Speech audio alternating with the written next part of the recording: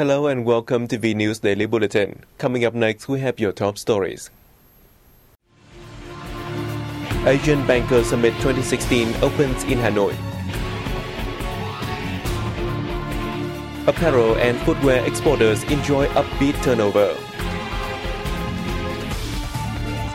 Vietnam International Medical and Pharmaceutical Exhibition kicks off.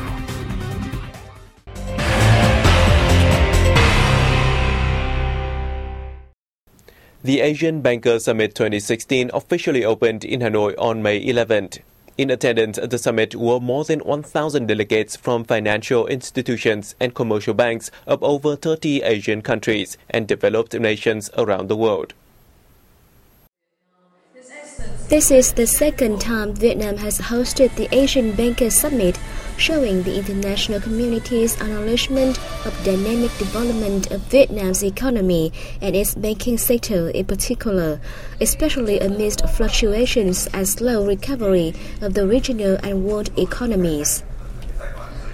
The summit is seen as a chance for the international community better understand Vietnam's banking system and help domestic banks boost international relations, enhance their competitiveness, and expand markets.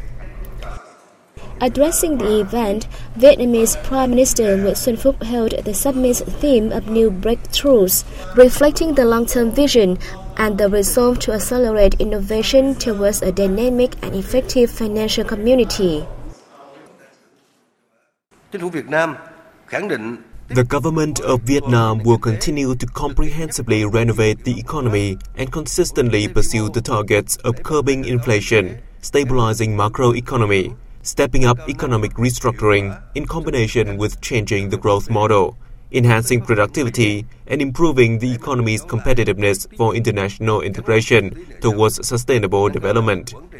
The government will also speed up the restructuring of credit organizations, handle bad debts, improve the governance capacity and operation effectiveness of the banking industry, and gradually apply international standards and practice. Governor of the State Bank of Vietnam, Lê Minh Hưng, affirmed that Vietnam's banking sector will continue to speed up reforms and integration into the regional and world financial systems and ensure an equal competition environment for foreign investors. Within the framework of the summit, 6 seminars will be held for bank executives to share experience related to important matters of the banking industry. Also on May 11th, Prime Minister Nguyễn Xuân Phúc hosted a reception for World Bank Vice President for the East Sea and Pacific region, Victoria Quang. At the reception, Prime Minister Phúc congratulated Quang for her appointment as Vice President of the World Bank and expressed his hope that in her new position, she will continue to support Vietnam in the fields of infrastructure development, renewable energy, land database, and education. The Prime Minister shared his concern that Vietnam is one of the countries most heavily affected by climate change and therefore asked the World Bank to have practical solutions to help Vietnam deal with the impacts, both in short and long terms. He also urged the World Bank to provide more ODA for Vietnam to help the country resolve difficulties in its economic development. Quang affirmed that the World Bank always supports Vietnam and is willing to help the country deal with the current challenges. The two sides also discussed the current prolonged drought and saltwater intrusion situation in the South Central, Central Highlands, and Mekong Delta regions. Later the same day, Prime Minister Nguyễn Xuân Phúc received the Minister for Foreign Affairs and International Cooperation of the United Arab Emirates, Sheikh Abdullah bin Zayed Al Nahyan. Prime Minister Phúc urged both sides to make greater efforts to elevate bilateral trade turnover from the current level of $6.2 billion to $10 billion in the coming years. He affirmed that Vietnam always encourages UAE businesses to invest in the fields of renewable energy, hotels, tourism, infrastructure, maritime ports, and aviation, among others. For his part, Minister Zayed Al Nahyan stressed that Vietnam is a close friend of the UAE and his country wants to boost multifaceted cooperation with Vietnam, particularly in labor. The same day, Deputy Prime Minister and Foreign Minister Quang Binh Province received Minister of Foreign Affairs and International Cooperation of the United Arab Emirates, Sheikh Abdullah bin Zayed Al Nahyan. At the meeting, the two sides agreed to boost trade ties towards bilateral trade value of $10 billion in the coming time by increasing trade activities and participating in trade fairs, as well as creating favorable conditions for businesses from both countries. Deputy Prime Minister and Foreign Minister Quang Binh Province asked the UAE to help Vietnam open up centers to distribute and export goods to the UAEs and the global markets. The two sides also discussed matters related to the Middle East, the East Sea, and other international issues. They held that there should be peaceful and positive solutions to resolve disputes in line with international law and ensuring peace and stability in the region.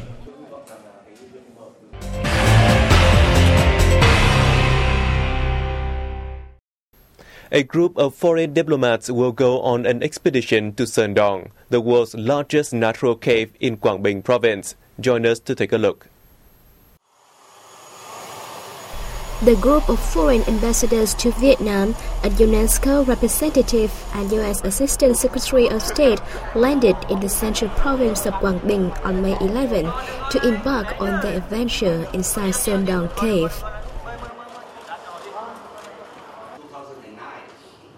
Trần Tiến Dũng, Vice Chairman of the Provincial People's Committee, said he hopes that after the journey, the participating ambassadors from Argentina, Sweden, Italy, the UK, Australia, and Czechia will help promote local tourism. Quang Binh is home to the World Natural Heritage Site Phong Nha Kẻ Bàng, with its unique system of caves and diversified ecosystem.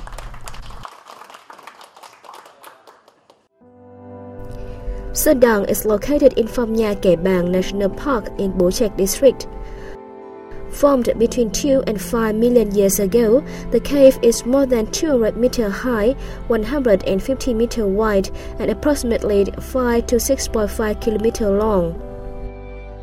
Within its caverns lie a jungle and a river.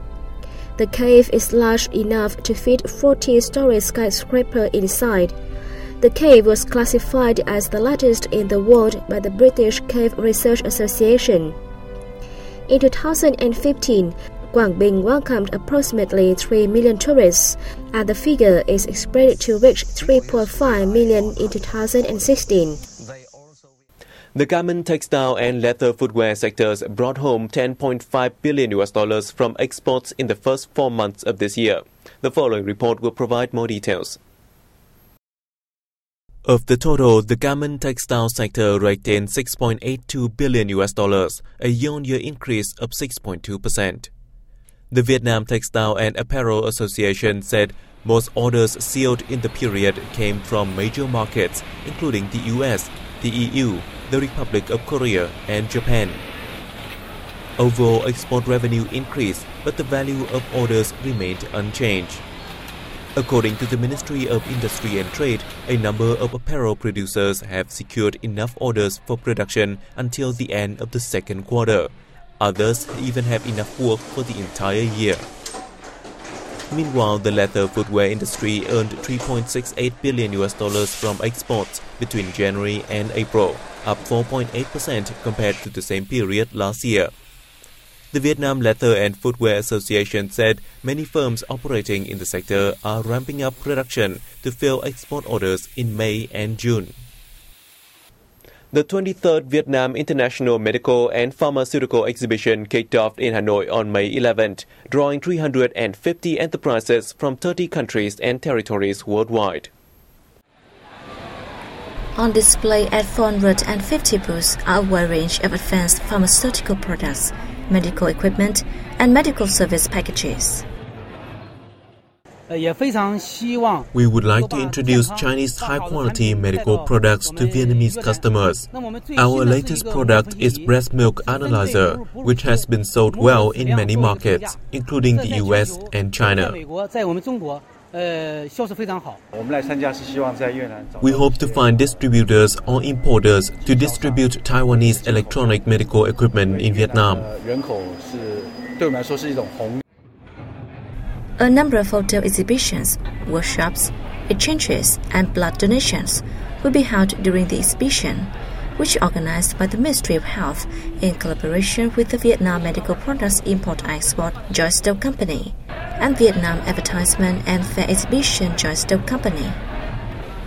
Alongside Vietnam Medifarm 2016, the 9th Vietnam International Hospital Exhibition, the 5th International Dental Exhibition in Vietnam, and the 3rd International Medical Tourism Exhibition in Vietnam also taking place.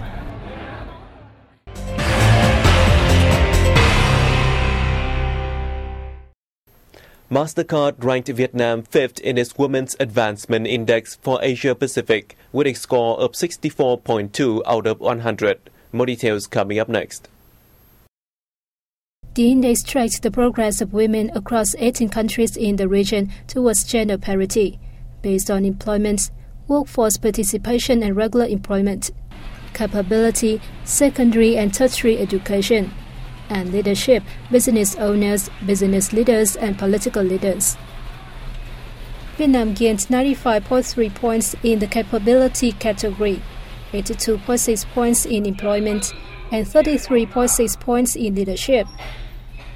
For the 10th consecutive year, New Zealand, Australia, and the Philippines topped the list with scores. Apart from Singapore, all remaining markets in the region scored below 70.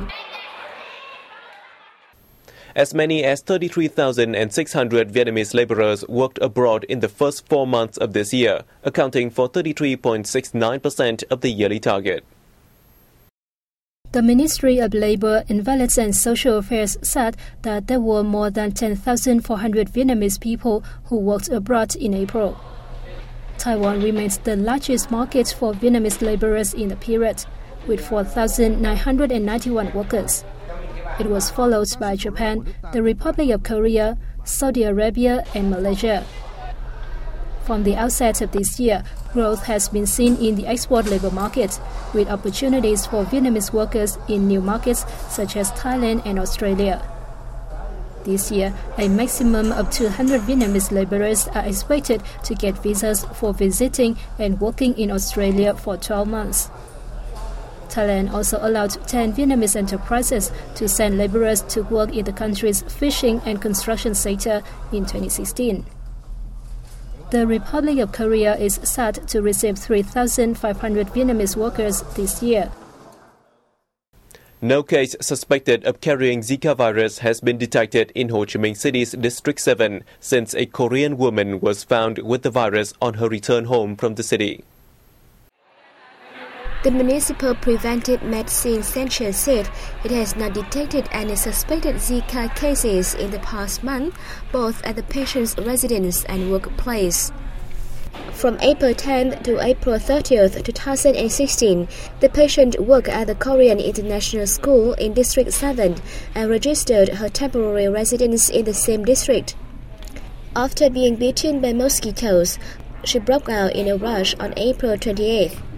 After learning about the case, the Municipal Preventive Medicine Center coordinated with the District 7 to carry out epidemiological and environmental inspections at the patient's workplace and residence, but found no larvae in containers of water. The Ministry of Health said it will continue to closely work with the Korean International Health Regulations Agency to verify other relevant information to assist the identification of the source of epidemic. In early April, a Zika case was detected in Thanh Mỹ Lợi Wood, District 2. But on April 22nd, the city declared the end of the epidemic at Wood level, given that no new case was found. And that has wrapped up our news bulletin. Thanks for watching. For more information, please log on to our website at www.vietnamplus.vn. We'll see you soon.